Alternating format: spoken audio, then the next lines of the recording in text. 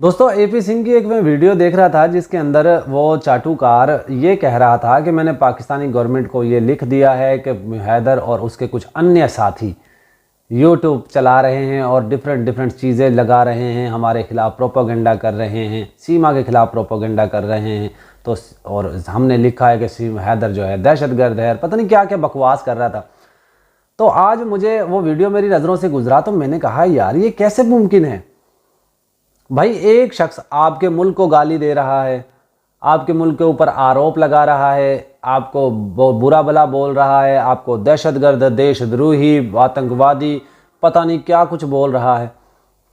और उसी बंदे की, उसी शख्स की आपके मुल्क की गवर्नमेंट बड़े प्लेट में उसकी बात सुनेगी? No, never. ऐसा नहीं हो सकता, ऐसा कभी हो ही नहीं सकता। ये कहता है कि गुलाम हैदर के खिलाफ प्रोसीडिंग शुरू हो चुकी है, वहां पे उसके खिलाफ केस होगा। तो एपी सिंह लख दी लानत तेरे झूठ के ऊपर। तो सीमा की चाट के ना तेरी बुद्धि में गोबर भर चुका है, तेरे दिमाग में ही नहीं है, तेरे पास वहां पे गोबर भरा हुआ है। कभी झूठ ऐसे बोला कर यार जैसे कोई बंदा कोई पकड़ ना सके। और इस बात का तो सीमा को भी पता है। सीमा ने क्या कुछ नहीं किया। देख, सीमा ने आरोपित किया पाकिस्तान को, सीमा ने कहा वहाँ पे गवर्नमेंट नहीं है, वहाँ पे भ्रष्टाचार है, वहाँ पे महिलाओं को इज्जत नहीं दी जाती, कैदी रखा जाता है, वहाँ पे जूती समझा जाता है, वहाँ पे कानून नहीं है, व्यवस्था कोई नहीं है। और वही बात तू भी कह चुका है। और तुम लोग मुसलमानों के खिलाफ, इस्लाम के खिलाफ कितना कितना जहर उगल चुके हो। तुमने हमारा मक्का मदीना के बारे में जहर उगला। तो क्या हमारी गवर्नमेंट तेरे जैसे दगड़ दल्ले की बात सुनेगी? ऑफकोर्स कभी नहीं सुनेगी, कभी भी नहीं सुनेगी।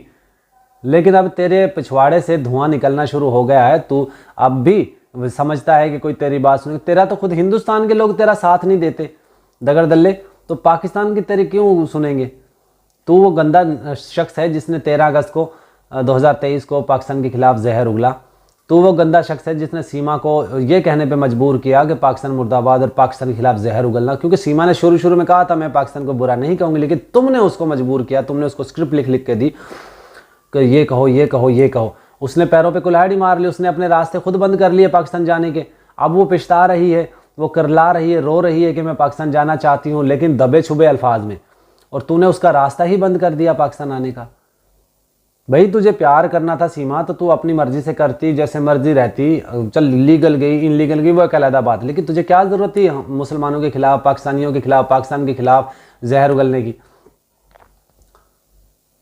इस दगड़ दल्ले ने तुझे कहीं का ना छोड़ा, ना घर का छोड़ा, ना घाट का। अब तुम्हें लॉलीपॉप दे रहा है, बल्कि लॉलीपॉप नहीं, मैं कुछ और ही कहूँगा तेरे लिए।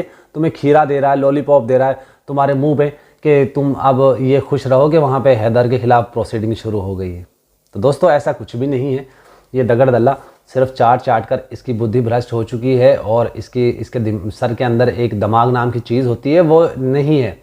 अपनी बहनों के लिए, बेटियों के लिए तो उनको जान से मार देने की बात करता है, जब दूसरों की बात आती है तो उनका संरक्षण करता है। इसके तो यार अपने घर के लोग इसका साथ नहीं देते। ये वे तो मुल्क तो दूसरी बात है, लेकिन अपनी फैमिली वाले इसका साथ नहीं देते हैं।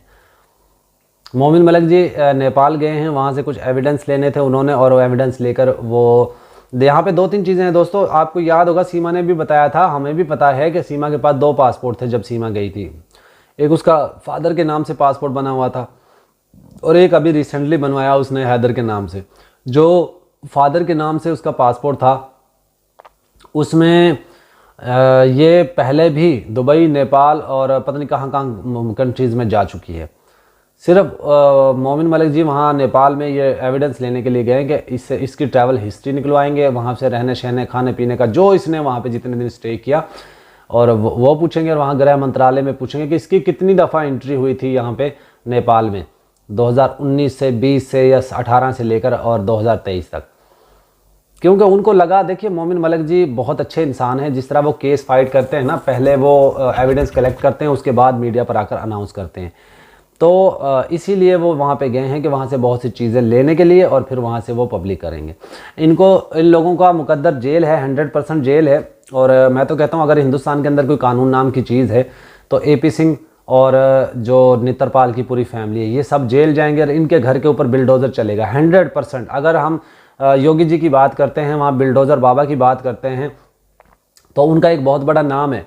और जो लोग इस तरह का कांड करते हैं उनके घर के ऊपर बिल्डोज़र चल जाता। तो फिर 100% अगर कानून नाम की कोई चीज़ है तो फिर इनके घर गिरेंगे और इन लोगों को जेल होगी, क्योंकि इन्होंने पाकिस्तानी महिला को संरक्षण दिया और उसको छुपा कर रखा। वो उतने 50 दिन तक उसको वहाँ पे छुपा कर रखा। पता नहीं 50 दिन में कौन कौन सी जगहों पे वो गई, क्या कुछ उसने देखा, क्या क्या एविडेंस वहाँ से कलेक्ट करके अपने यहाँ पे किसी को भेजे होंगे डॉक्यूमेंट्स। जाहिर बात है ये इसको इसी नज़र से देखा जाएगा, तो इसको सज़ा मिलेगी।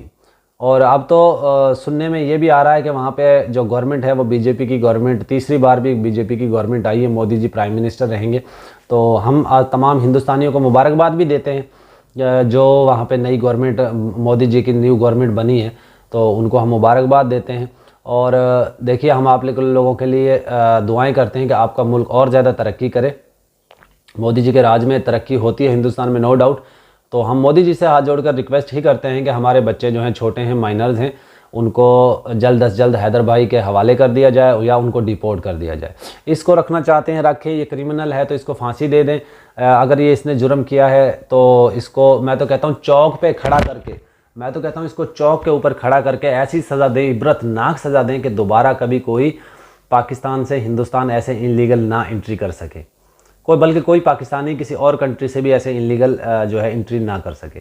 और हम उम्मीद रखते हैं और मोमिन मलिक जी के लिए दुआ गो हैं कि जो वो करने गए हैं अल्लाह उनको कामयाबी दे। और ये भगोड़ा कहता है कि पाकिस्तान में हैदर के ख़िलाफ़ प्रोसीडिंग शुरू हो गई है।